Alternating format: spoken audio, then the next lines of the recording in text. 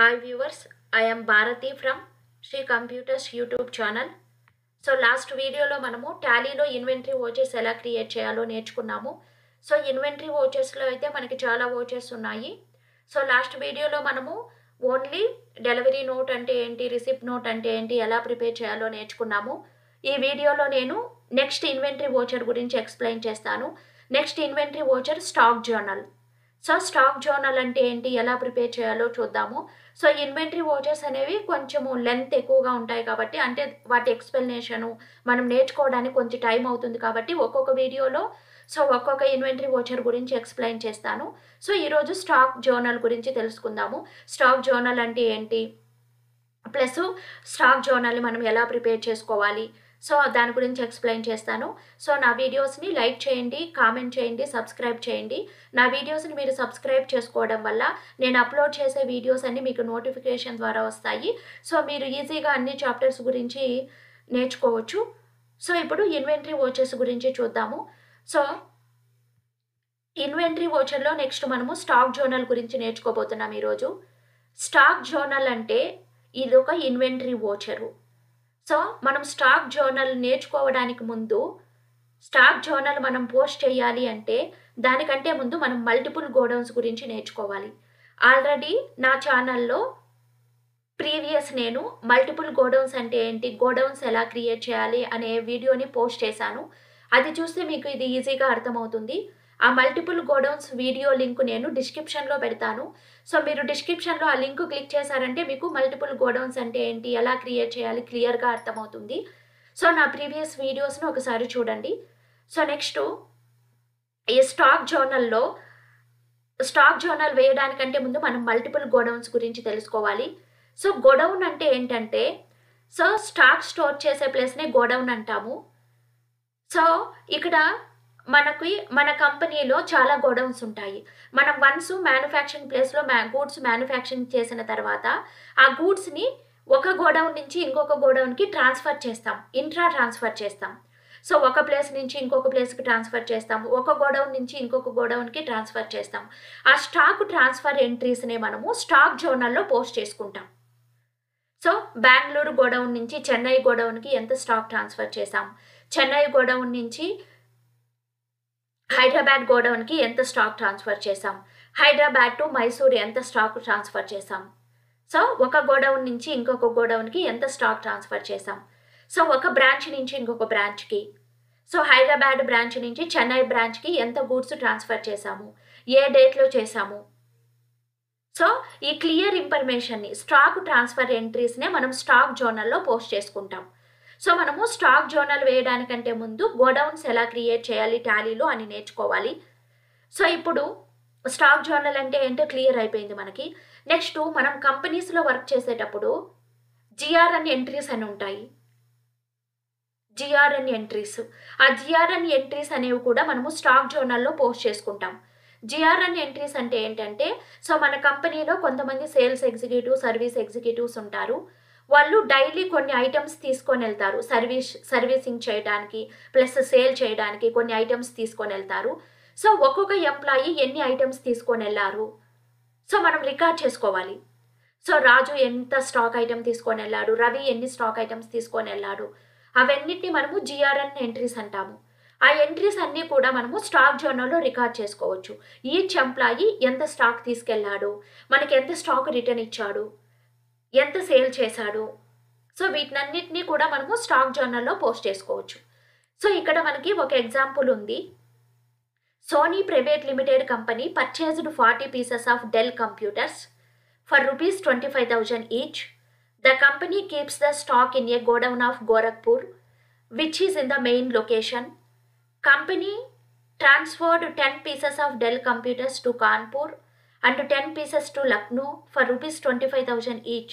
Record the above transaction. అంటే మనము Sony company limited నుంచి 40 pieces of Dell computers purchase చేస్తున్నాము. ఆ పర్చేసింగ్ చేసిన స్టాక్ని మన కంపెనీ మెయిన్ లొకేషన్ అయినటువంటి గోరఖ్పూర్లో సేవ్ చేశాము. తర్వాత వాటిని 10 pieces వచ్చి డెల్ కంప్యూటర్స్ని కాన్పూర్ బ్రాంచ్కి ట్రాన్స్ఫర్ చేశాము. మిగిలిన 10 pieces వచ్చి లక్నో గోడౌన్కి ట్రాన్స్ఫర్ చేశాము. ఇప్పుడు ఈ ఎంట్రీస్ అనేది ఎలా వేసుకోవాలో చూద్దాము. సో టాలీ స్క్రీన్ ఓపెన్ చేద్దాము. సో మనము ఈ స్టాక్ జర్నల్ అనే దాన్ని ఫస్ట్ F11 ఫ్యూచర్స్కి వెళ్ళి యాక్టివేట్ చేసుకోవాలి.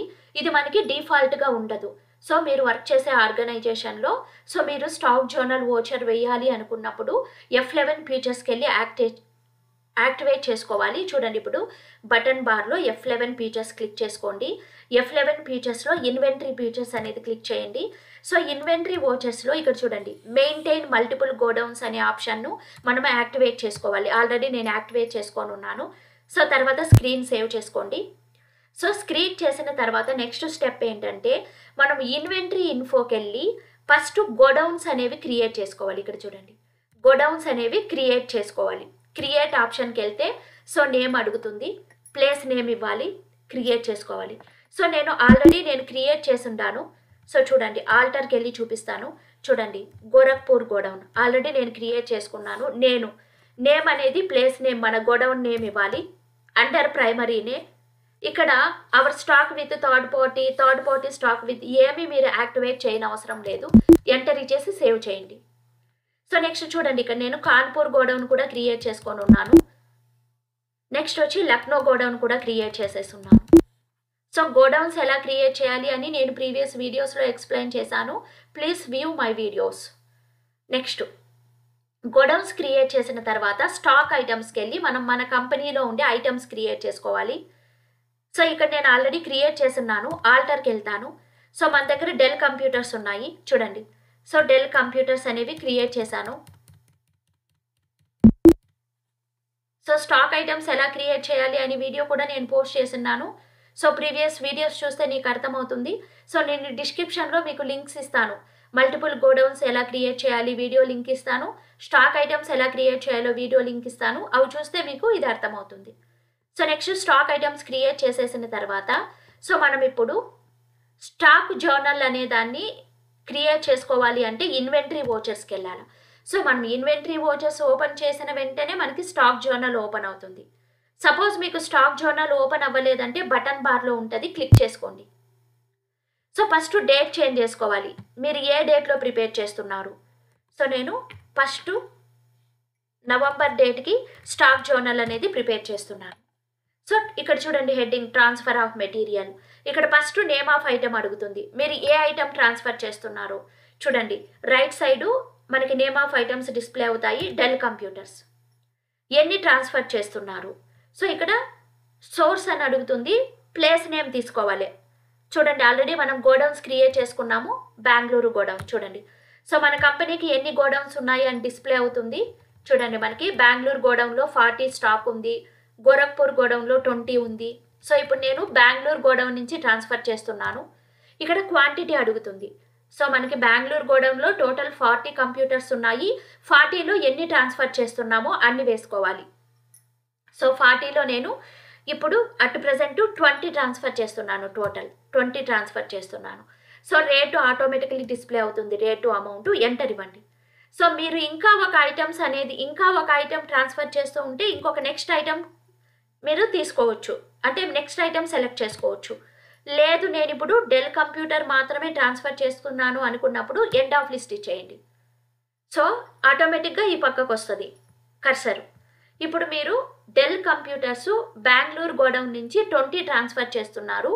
బెంగళూరు నుంచి ఏ గోడౌన్కి ట్రాన్స్ఫర్ చేస్తున్నారు, డెస్టినేషన్ ప్లేస్ అనేది సెలెక్ట్ చేసుకోవాలి. So name of item del computers. So total నేను 20 ట్రాన్స్ఫర్ చేస్తున్నాను. 20 నుంచి కాన్పూర్ గోడౌన్కి చూడండి, గోడౌన్ సెలెక్ట్ చేసుకోవాలి, మళ్ళీ డెస్టినేషన్ ప్లేసు. సో బెంగళూరు నుంచి ఏ గోడౌన్కి ట్రాన్స్ఫర్ చేస్తున్నారు. సో కాన్పూర్కి ట్రాన్స్ఫర్ చేస్తున్నాను. క్వాంటిటీ సో 10 ఇవ్వండి, రేట్ ఆటోమేటిక్గా డిస్ప్లే అవుతుంది. సో ఇక్కడ మనం బెంగళూరు నుంచి టోటల్ 20 ట్రాన్స్ఫర్ చేస్తున్నాము. 20లో 10 వచ్చి కాన్పూర్కి ఇస్తున్నాము. మిగిలిన 10 ఎవరికి ఇవ్వాలి? తిరిగి డెల్ కంప్యూటర్స్. సో నెక్స్ట్ నేను లక్నో గోడౌన్కి ట్రాన్స్ఫర్ చేస్తున్నాను. లక్నో సో 10. సో ఇలాగా. సో ఇప్పుడు చూడండి మనకి సో మనము టోటల్ 20 ట్రాన్స్ఫర్ చేస్తున్నాం. 20 ఏ బ్రాంచ్కి పంపిస్తున్నామో వేసుకున్నాం. సో ఇలా స్టాక్ జర్నల్ అనేది మనం ప్రిపేర్ చేసుకుంటాం.